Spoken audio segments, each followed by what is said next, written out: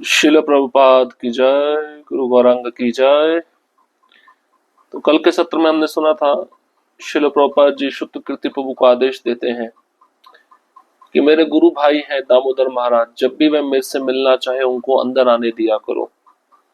लेकिन एक समय प्रभुपाद जी ने कहा कि जब भी आते तो मेरे साथ कृष्ण कथा नहीं करते, व्यर्थ की चर्चा करते हैं, इसलिए आगे से ध्यान रखना, जब भी मिलने आए तो मैं इनसे मिलने का इच्छुक नहीं हूं। अब इस आज्ञा को शुद्ध कीर्ति प्रभु अपने हृदय में धारण कर लिए। जब दामोदर महाराज मिलने के लिए आए प्रभुपाद जी को, जो उनके गुरु भाई थे, तो उन्होंने कहा प्रभुपाद जी विश्राम कर रहे हैं। तो दामोदर महाराज को अच्छा नहीं लगा, वह भी दृढ़ हो गए प्रभुपाद से मिलने के लिए। इतने में प्रभुपाद जी थोड़ा सा विश्राम करके जब बाहर आए तो उन्होंने दामोदर महाराज को अंदर बुलाया और फिर शुद्ध कीर्ति प्रभु की शिकायत दामोदर महाराज ने प्रभुपाद से की कि मुझे आपसे मिलने नहीं दे रहा है। तो प्रभुपाद जी ने फिर शुद्ध कीर्ति प्रभु को कहा कि मेरे गुरु भाई हैं, उन्हें सम्मान के साथ अंदर आने दिया करो। तो प्रभुपाद जी के इस प्रकार के परिवर्तन से शुद्ध कीर्ति प्रभु को आश्चर्य नहीं हुआ और इसके पश्चात उन्होंने कभी भी इसका उल्लेख नहीं किया, इस पर कोई चर्चा नहीं किया, क्योंकि इसकी कोई आवश्यकता नहीं थी।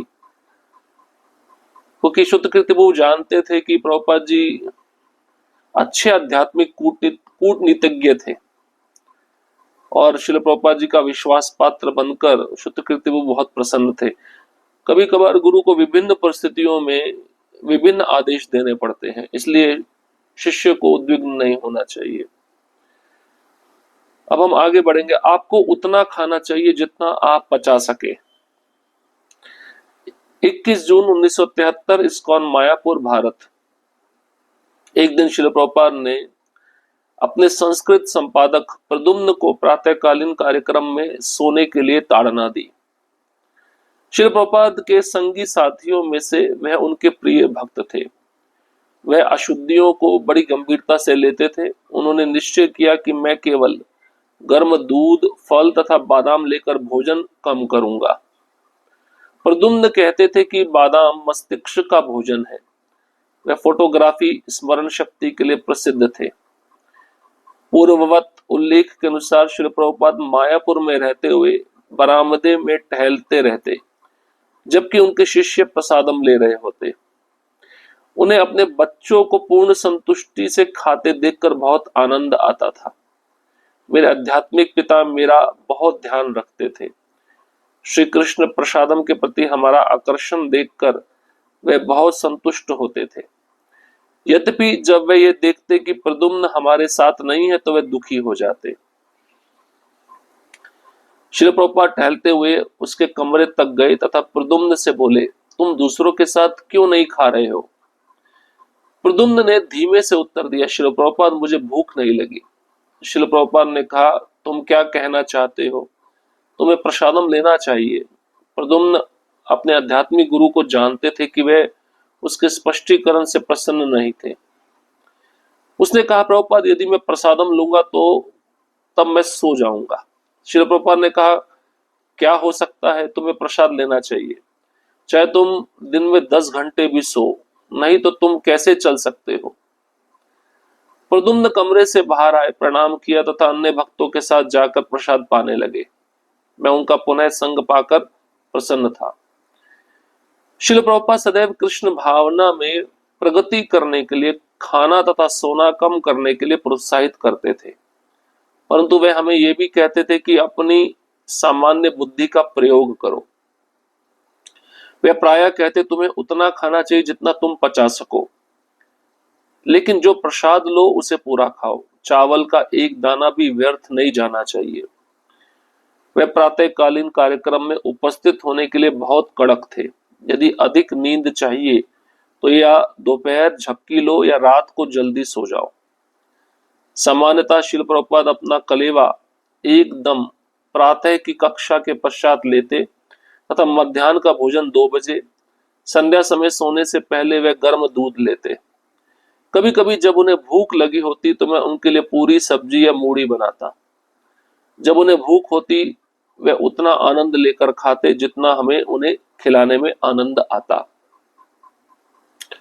मेरे सबसे आनंदमय दिन होते जब मैं गर्म गर्म चपाती जो अभी भाप से भरी होती लेकर उनके कमरे में आता तथा उनके लिए रखता तथा भाग कर रसोई घर में दूसरी चपाती बनाने के लिए जाता। मैं कभी कभी 10 मिनट में 5-6 बार आता जाता तथा प्रत्येक बार उन्हें प्रणाम करता। जब कमरे में जाता श्री प्रभुपाद अपना दायां घुटना सीधा करके बैठते तथा मनोहर ढंग से सब्जी तथा चपाती खाते। श्री प्रभुपाद कृपया मुझे अपनी कृपा दो, मैं आपकी चपाती बेलने तथा बनाने के लिए अपना खाना तथा सोना प्रसन्नता से त्याग सकता हूँ। आपका बच्चों की तरह भोलेपन से बैठने तथा प्रसाद पाने की एक झलक देखने से बढ़कर इस ब्रह्मांड के तीनों लोकों में कुछ भी मधुर नहीं है। मैं नहीं जानता आपको प्रसाद खाते हुए देखना तथा आपके प्रेम में डूब जाना किसी के लिए संभव हो। मैं भगवान के प्रेम का आस्वादन कभी नहीं करता, परंतु आप मुझ जीव पर अनुकंपा करें कि मैं आपके लिए पुनः चपातियां बना सकूं। तो प्रभुपाद जी का ये सिद्धांत तो बड़ा प्रसिद्ध है, उतना खाओ जितना आप पचा सको। तो श्रील प्रभुपाद जी के प्रिय शिष्य थे प्रद्युम्न, और प्रद्युम्न प्रभु कभी कभी सुबह का जो मॉर्निंग प्रोग्राम होता है उसमें आते नहीं थे, सोते थे। उस समय प्रभुपाद जी उनको बहुत डांटते थे। एक दिन प्रभुपाद जी बरामदे में जप कर रहे थे और प्रद्युम्न प्रभु ने सोचा मैं ज्यादा सो रहा हूं, मतलब ज्यादा प्रसाद खाने से ये सब हो रहा है, तो मैं क्या करता हूँ प्रसाद को कम करूंगा। कैसे? गर्म दूध लूंगा, फल लूंगा और बादाम लूंगा। अब उस समय प्रभुपाद जी देख रहे थे मेरे सभी शिष्य प्रसाद ले रहे हैं, और जब गुरु देखते हैं कि उनके शिष्य संतुष्टि से प्रसाद ले रहे तो गुरु बहुत प्रसन्न होते हैं। तो उन भक्तों में प्रद्युम्न नहीं थे, क्योंकि गुरु को हर एक शिष्य का ध्यान होता है। तो जब भी प्रद्युम्न को भक्तों के संग में प्रसाद लेते हुए प्रभुपाद जी नहीं देखते तो वह दुखी हो जाते। अब प्रभुपाद जी चलते चलते प्रद्युम्न के कमरे में गए और बोले, तुम दूसरों के साथ प्रसाद क्यों नहीं ग्रहण कर रहे हो? प्रद्युम्न बहुत धीमे से उत्तर दिए, प्रभुपाद जी मुझे भूख नहीं लगी। प्रभुपाद ने कहा, तुम क्या कहना चाहते हो? तुम्हें प्रसादम भक्तों के साथ लेना चाहिए। प्रद्युम्न जानते थे जो वे कह रहे हैं, प्रभुपाद उस बात से, उस स्पष्टीकरण से प्रसन्न नहीं थे। प्रद्युम्न ने कहा, प्रभुपाद यदि मैं प्रसादम लेता हूं तो मैं सो जाता हूं। श्री प्रभुपाद ने कहा, क्या हो सकता है, प्रसाद लेना चाहिए, चाहे तुम दिन में 10 घंटे सो जाओ। अगर प्रसादम नहीं लोगे तो कैसे आगे चलेगा? अब प्रभुपाद जी के कहने पर प्रद्युम्न कमरे से बाहर आए, उनको प्रणाम किए, अन्य भक्तों के साथ जाकर प्रसाद लेने लगे।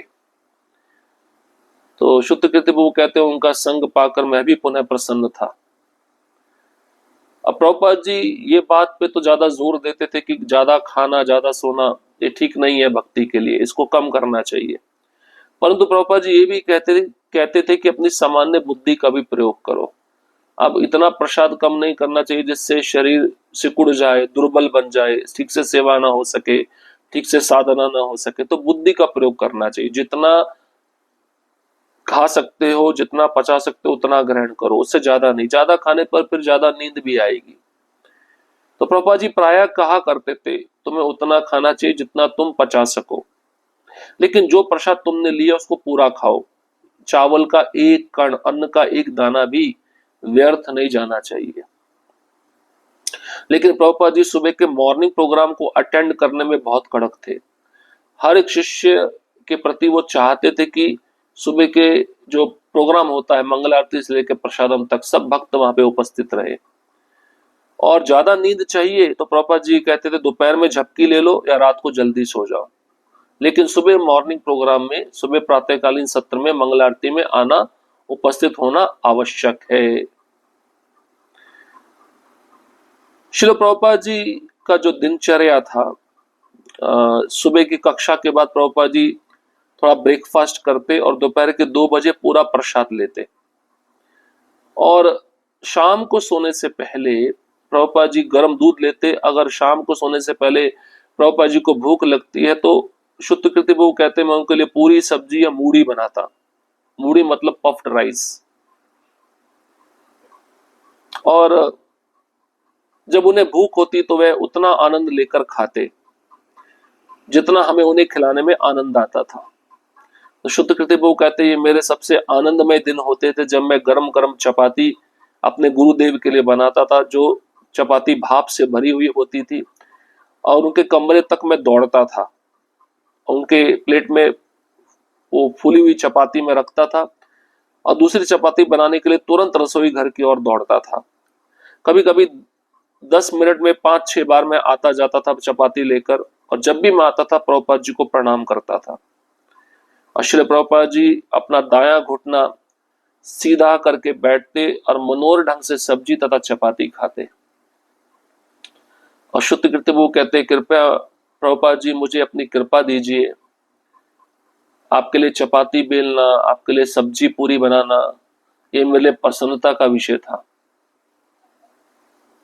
और आपको बच्चों की तरह भोलेपन से बैठने तथा प्रसाद पाने का जो झलक है वो मेरे लिए इस ब्रह्मांड के तीनों लोकों से बढ़कर है, और मुझे कुछ मधुर नहीं लगता। जो आप प्रसाद लेकर बैठते हैं बच्चे की तरह, भोलेपन की तरह, ये मुझे बहुत मधुर लगता है। इससे बढ़िया झलक, इससे अच्छा दृश्य ब्रह्मांड के तीनों लोकों में मुझे कहीं नहीं दिखता। और आपको प्रसाद खाते हुए देखना तथा आपके प्रेम में डूब जाना, ये हर एक के लिए संभव नहीं होता। केवल मैं ही इस दृश्य को देख पाता था और मैं भगवान के प्रेम का आस्वादन कभी नहीं कर पाया, लेकिन आपको इस तरह से देखकर मैं प्रेम का आस्वादन कर पाता था। आप मुझ पे अनुकंपा करिए कि मैं आपके लिए पुनः चपातियां बना सकूं, मैं पुनः आपसे मिल सकूं, मैं पुनः आपकी इस प्रकार से सेवा कर सकूं, ऐसा शुद्ध कीर्ति प्रभु कह रहे हैं। हरे कृष्ण कृष्ण कृष्ण हरे हरे, हरे राम राम राम हरे हरे। शिल प्रभुपाद की जय, गुरु औरंग की जय।